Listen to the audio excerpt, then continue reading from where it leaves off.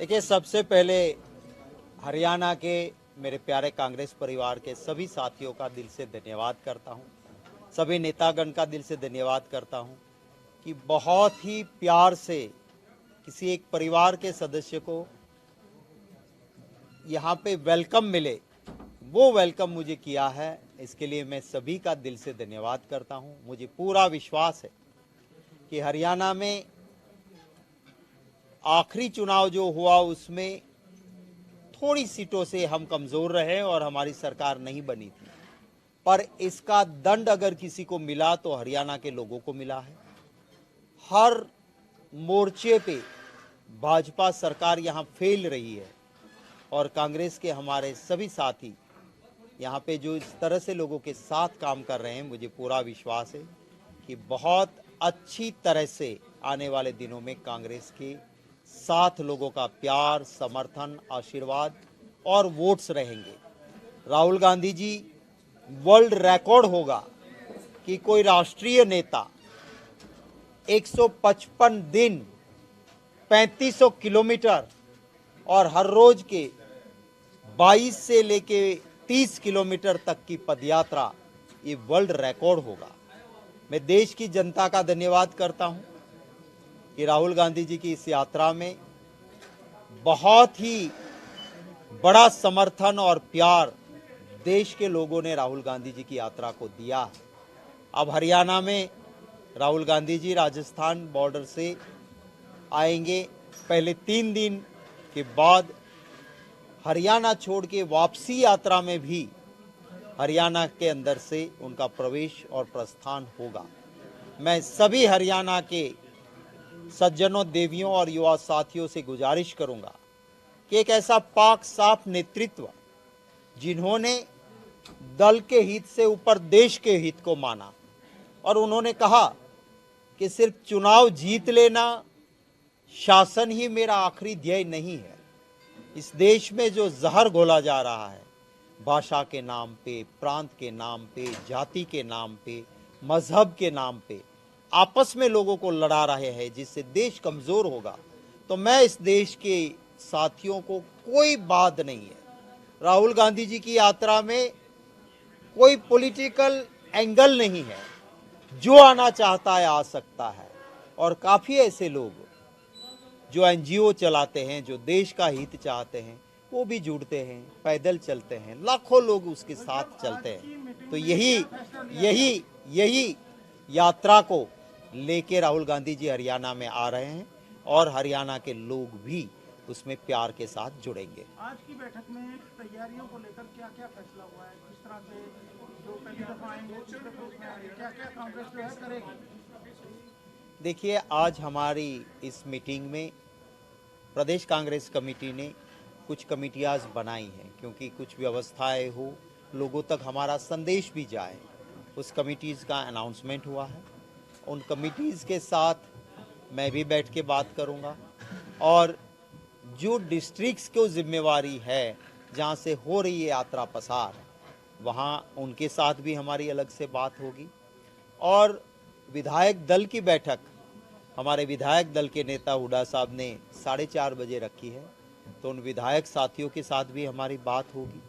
हाँ, आप जो कह रहे हो कि हाँ 2 चरण में होगी, एक बार यहाँ से जाते वक्त हरियाणा के अंदर से यात्रा पसार होगी और रिटर्न में भी पूरा रूट आप लोगों के साथ साझा किया जाएगा जैसे ही यात्रा नज़दीक आएगी, क्योंकि कुछ चीज़ें सिक्योरिटी की वजह से भी हम एडवांस में जो हमें वहाँ से कहा गया हम नहीं डिक्लेयर करते हैं, पर हमें जो यात्रा का रूट आप लोगों के ज़रिए लोगों तक पहुँचेगा।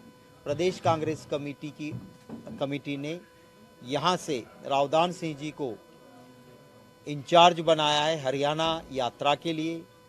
वो आपके साथ यात्रा की छोटी मोटी चीज़ें, आपके सवाल जो बाद में रहेंगे, उसके लिए अलग से उनकी प्रेस कॉन्फ्रेंस भी होती रहेगी। हमारी कोशिश ये भी रहेगी कि आप सभी साथी जो मीडिया के साथी हैं, उनको भी राहुल जी की यात्रा को कवर करने का, उनसे बात करने का, उनके साथ चलने का अवसर मिले, वो भी हमारी पूरी कोशिश रहेगी और हम ये भी करेंगे। किसी तरह की कोई रैली वैली भी रखी गई है कि जब आए जाएगी प्रदेश कांग्रेस द्वारा? हर स्टेट में कहीं ना कहीं नुक्कड़ मीटिंगें भी हमारी होती है जहां राहुल जी इंटरेक्ट करते हैं, अलग अलग ग्रुप्स के साथ भी उनका इंटरेक्शन होता है, और कहीं बड़ी मीटिंग्स पब्लिक रैली टाइप भी होती है। हरियाणा में भी हम कोशिश करेंगे कि इसी तरह का प्रोग्राम होगा। उसका डिटेलिंग अभी आपके साथ हम साझा नहीं कर पा रहे हैं, मैंने आपको वजह बताई है पहले ही, पर जैसे ही फाइनल इसका स्वरूप हो जाएगा, प्रारूप हो जाएगा और दिन नज़दीक आएगा, आपको सभी को टाइम, प्लेस एंड किस टाइप का हमारा प्रोग्राम होगा, वो सारी चीज़ें मीडिया के सामने हम साझा करेंगे। ये कहा जाता है भारत जोड़ो यात्रा को लेकर बीजेपी के जो तमाम बड़े नेता हैं वो तंज कसते हैं हरियाणा में। वो कहते हैं कि भारत जोड़ो छोड़ो, पहले कांग्रेस को जोड़ो, इस तरह की बात करते हैं, क्योंकि वो उदाहरण देते हैं राजस्थान का भी, हरियाणा का भी, कहते हैं गुटबाजी है यहाँ पर। तो आप किस मानते हैं कि गुटबाजी है? अगर है तो उसको आप सभी नेताओं को किस तरह जो है इकट्ठा करके चले? आपने देखा होगा कि जिस गुट की बात करते हो, राजस्थान में गहलोत साहब और सचिन जी दोनों साथ साथ चले और यात्रा में चल रहे हैं। हमारे वहाँ इंटरनल डेमोक्रेसी है, माने अंदरूनी लोकतंत्र है, और अंदरूनी लोकतंत्र किसी भी पार्टी में डेमोक्रेसी में होना चाहिए। हाँ, इंटरनल डेमोक्रेसी यानी अंदरूनी लोकतंत्र और इनडिसिप्लिन या जिसको हम अशिस्त कहते हैं, उसके बीच में पतली भेद रेखा है, वो नहीं लांघनी चाहिए। पर अंदरूनी लोकतंत्र को अगर आप गुट नाम देते हो, तो मैं भाजपा को सवाल करता हूं कि आपकी पार्टी में कौन सा अंदरूनी लोकतंत्र है? आप तो जो आका ने कहा वही सही। हमारे गुजरात से, मैं भी गुजरात से आता हूं, गुजरात में हमारे हरेन पंड्या जी एक ब्राह्मण नेता, बड़े cabinet revenue minister, RSS background, उन्होंने सिर्फ अंदरूनी लोकतंत्र के तहत कुछ बातें कही।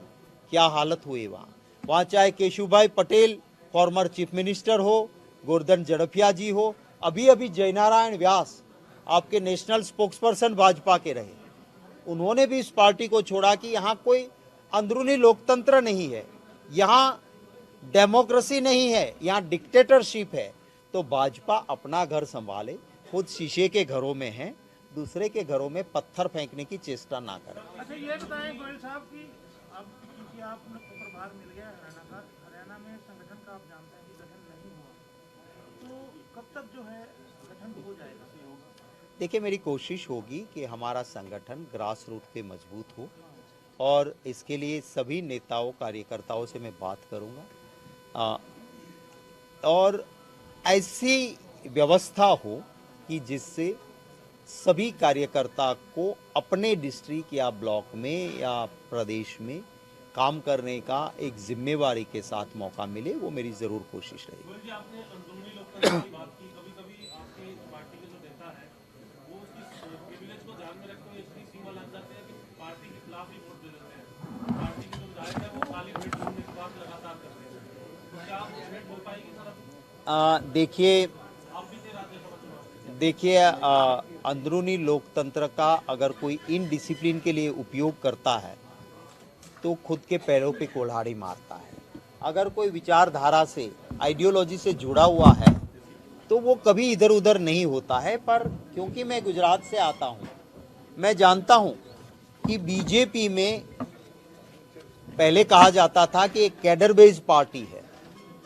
अब जनता जब उसको साथ नहीं देती है, उनके पास नंबर नहीं है, तो उनका एक purchase department, dirty trick department निकल पड़ता है। एक हाथ में लालच दिखाते हैं, आओ टिकट देंगे, रुपये देंगे और तुमको मंत्री भी बना देंगे। दूसरी ओर एक डर का डंडा दिखाते हैं कि पुरानी एफआईआर है, ये केस है, ये सीडी है, ये ईडी है, ये इनकम टैक्स है, और लालच और डर के चलते कुछ चुने हुए लोगों को इधर उधर करते हैं। पर कांग्रेस में जो हीरो होता है वहां जाता है जीरो बनता है। तो कुछ लोग, पर मैं सैल्यूट करता हूं मेरे कार्यकर्ताओं को कि जो ना बिके हैं ना बिकेंगे, डट के पार्टी का काम करते हैं। अच्छा, दिल्ली एमसीडी के नतीजे आए हैं, अभी भी भाजपा के वहाँ के प्रदेशाध्यक्ष कहते हैं कि दिल्ली एमसीडी में जो मेयर बनेगा तो बीजेपी का बनेगा, इसका क्या मतलब है कहने का? देखिए, जन आदेश को स्वीकार करना होगा। मैं तो भाजपा के लोगों को कहता हूं कि अटल बिहारी वाजपेयी जी ने जब राज्यसभा में बैलेट अपनी पार्टी के नुमाइंदे को दिखाने का प्रावधान किया, anti defection law Rajiv Gandhi ji लाए। अटल बिहारी वाजपेयी जी ने उसको मजबूत करने के लिए पार्लियामेंट में जब वो कानून पेश किया, तब उन्होंने कहा था कि जन आदेश का सम्मान करना चाहिए। हॉर्स ट्रेडिंग, पैसे दे के, डरा के, जन आदेश के बाद तोड़ के शासन लेना, वो कलंक है। भाजपा वाले मेरी ना सुने, अटल बिहारी वाजपेयी जी की तो कम से कम सुने। हर जगह पे यही काम किया है उन्होंने। मध्य प्रदेश में हमारी सरकार थी, जनादेश हमारे लिए था। कर्नाटका में जनादेश हमारे लिए था। क्या करते हैं ये लोग? तो ये जो तोड़ फोड़ की राजनीति है, इसे जनता आज नहीं तो कल खारिज करेगी और भाजपा अपने पैरों पे कुल्हाड़ी मारती है। इतना ही नहीं, अपने ही कार्यकर्ताओं का सबसे बड़ा अपमान है। जो कल तक गाली देता है, उसकी टिकट काट के कांग्रेस से आया हुआ कल तक गाली देने वाला है, उसको टिकट देना, और भाजपा की कैडर उनको कंधों पे उठा के निकलती है। तो बीजेपी के कार्यकर्ताओं को भी अब सोचना होगा। Thank you.